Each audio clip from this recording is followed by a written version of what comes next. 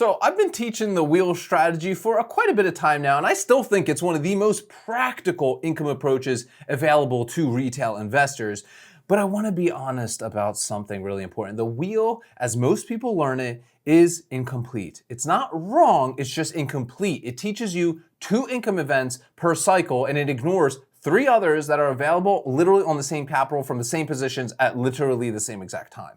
And I've stopped calling what I do the wheel strategy, as some of you know. What I run is called the Ark Options Strategy. The name is different, the income architecture is fundamentally different, and the gap between 2 income streams and 5 is not a minor upgrade. It changes how the capital compounds over years. And here's where most wheel strategy education really starts to stop. Sell a cash secured put, collect premium. If assigned, sell a covered call, collect more premium. That's it. 2 income events per cycle, that's it. That framework, it's real. Premiums from puts and covered calls is generated. It arrives in your account. It feels like magic, and repeated execution builds an income generating portfolio over time, right? The problem is what it ignores. When you sell a cash secured put, you're reserving cash as collateral. That cash sits in your brokerage account. And at current rates, most brokerages are paying around 4% annually on cash balances. That's a third income stream the standard wheel never even mentions. When you're assigned and you own shares and those shares pay a dividend, that dividend arrives whether you're actively managing or not. That's a 4th income stream. And when your covered calls eventually result in shares getting called away above your cost basis, that appreciation is a 5th income event. One the wheel framework typically treats as incidental rather than designed. The Ark Options Strategy is built around all 5, not accidentally capturing some of them, systematically capturing all of them by structuring every position to make each one possible. I do go way more in depth on this in our 90-minute training session. So click down below the first link. At the end of that Ark Options workshop, you also get my 15 favorite stocks, all under $30 that I love running this strategy, my 2 income calculators, and my trade log template. So click that first link in the description of today's video and attend that training after today. But here's the framework shift that separates the Ark from the generic wheel. The wheel is a trading strategy. You sell puts, you manage assignments, you collect premium. The focus is on the options activity. The Ark is an income architecture. The options activity is literally just one layer, but the income floor, the passive foundation of ETF distributions running underneath everything else, is what keeps cash flowing in periods when active options layer is quiet, compressed, or fully deployed in assignments,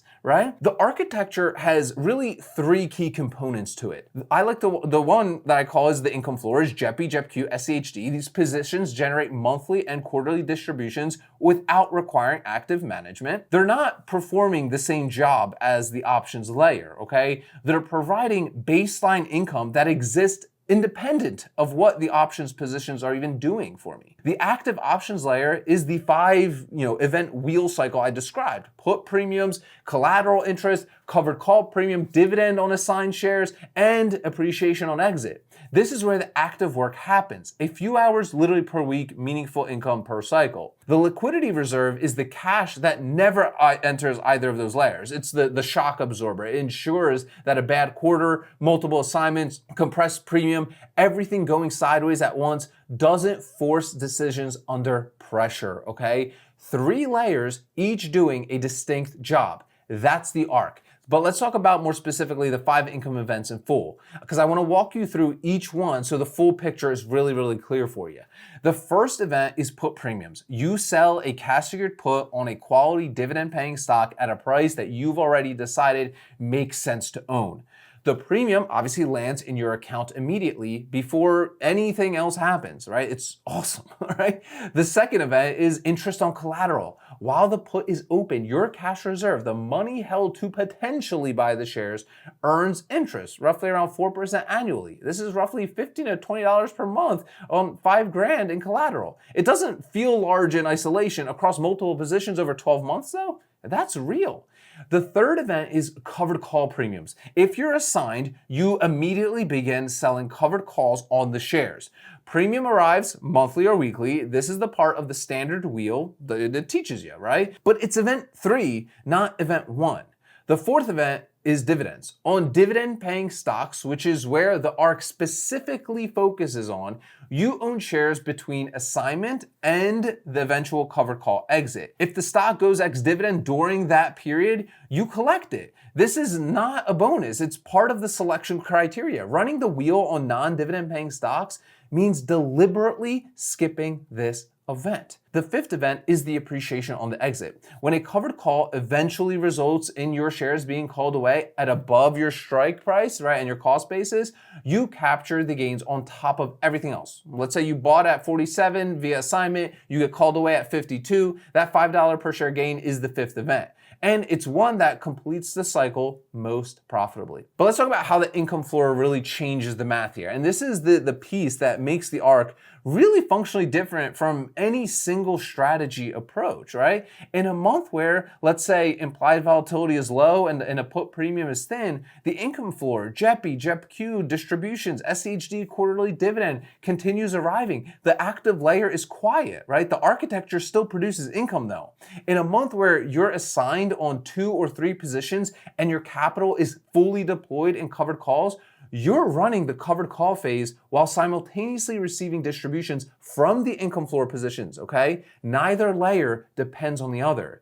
The floor and the active layer are non-correlated income events. That's not an accident. It's the design principle that makes the ARK more durable than the wheel across different market environments, okay? The wheel strategy, as typically taught, is a premium collection exercise. 2 income events per cycle on the active options positions, and really nothing else. The ARK is a capital utilization exercise. Every dollar in the account, the collateral earning interest, the assigned shares paying dividends out, the ETF floor generating monthly income, the active positions generating premium is working simultaneously in as many directions as the position allows us.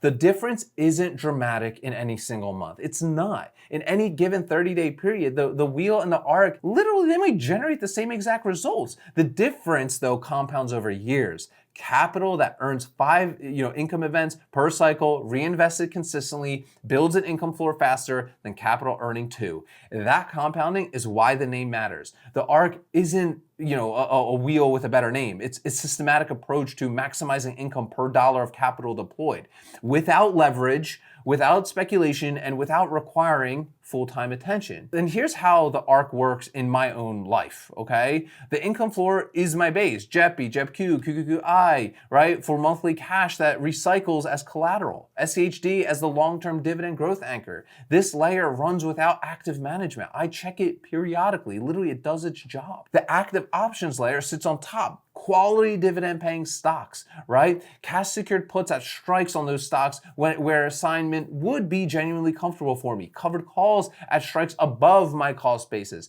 Every position chosen with the assignment scenario pre-approved, okay? The reserve is untouchable. It's a third of the capital that never gets deployed into positions. It earns interest. It absorbs whatever the market sends that I didn't really plan for. And that's the structure, named after my son Noah. Built to last through whatever market conditions arrive, not just the favorable ones, okay? So I got some questions for you guys in the comments, as always. Great conversations down there. Were you running the wheel and only counting 2 income events per cycle? Or were you already tracking the collateral interest and dividends as part of your total returns? And number 2, do you currently have an income floor running alongside your active options positions? Or is the options layer literally your only income source right now? I'd love to hear in the comments. And if you're brand new getting started to all this, I want to invite you to our Ark Options Strategy workshop. Great for those of you that are beginners. Click the first link in the description of today's video. At the end of it, I give you my 15 favorite stocks, all under $30 that I love running the Ark Options Strategy on. You get my 2 income calculators as well as my full trade log template. You also learn about 100 contract club there as well and how we send out these beautiful awards to our members. We just crossed donating over 400 Bible as well. We donated 40 for every single contract or 100 contract club award that we send out. And you'll learn more about that on that training. So click the first link in the description of today's video, guys. Remember, sell options, collect premiums, repeat. I'll see y'all tomorrow.